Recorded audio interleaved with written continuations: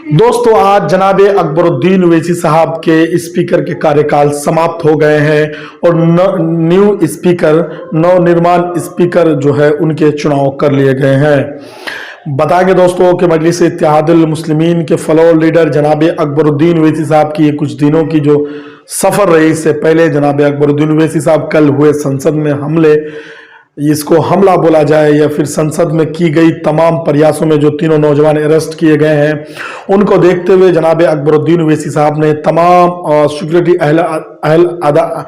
ओहदादारों से मुलाकात की और निर्देश जारी किए कि स्पीकर के नाते हमारी जिम्मेदारी है कि तेलंगाना विधानसभा को सुरक्षित कर लिया जाए और यहाँ ऐसी कोई घटना को न होने दिया जाए जो एक चर्चा का विषय बने, जो आज देश में है। दोस्तों, बता दें, नए स्पीकर जिसमें चुना गया, जिसका नाम है कांग्रेस के विधायक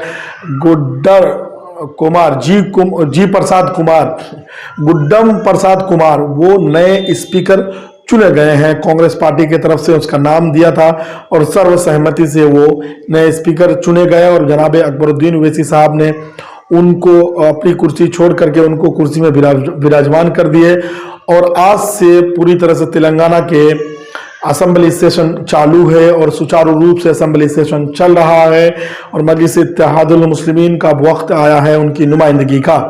अब तक जितनी भी एक्टिविटीज हुए तेलंगाना विधानसभा चुनाव के बाद सरकार बनी कांग्रेस की, और जितनी एक्टिविटीज हुए वो संविधान के दायरे में और रूल एंड रेगुलेशन के हिसाब से हुए। मजलिस इत्तेहादुल मुस्लिमीन के फ्लोर लीडर को तेलंगाना के प्रोटेम स्पीकर बनाया गया। उसके बाद जितनी भी प्रतिक्रियाएं हुई, तमाम चीजों को अकबरुद्दीन ओवैसी साहब के देखभाल में पूरी कर ली गई और लास्ट में गुड्डम प्रसाद कुमार को 5 साल के लिए नियुक्त कर दिया गया स्पीकर। कांग्रेस पार्टी के विधायक हैं, स्पीकर चुन लिया गया। सीएम ने उन्हें मुबारकबाद दी, अकबरुद्दीन साहब ने गले लगा करके मुबारकबाद दिए और कुर्सी पेश की।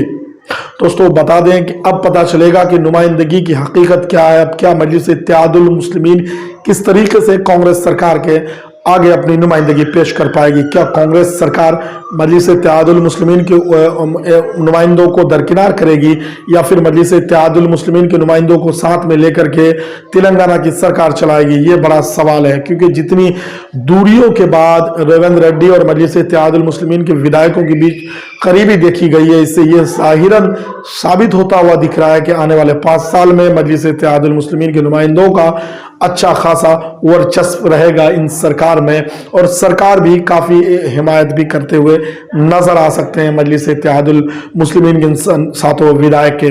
खासतौर से निगाहें टिकी रहेगी अकबरुद्दीन ओवैसी साहब पर कि वो किस तरीके से नुमाइंदगी करते हैं और नवनिर्वाचित जो विधायक चुनाव जीत के आए, जिसमें माजिद हुसैन का नाम सरफहरिस्त है। उन्होंने फॉर्मर साबिक में वो मेयर भी रह चुके हैं हैदराबाद के।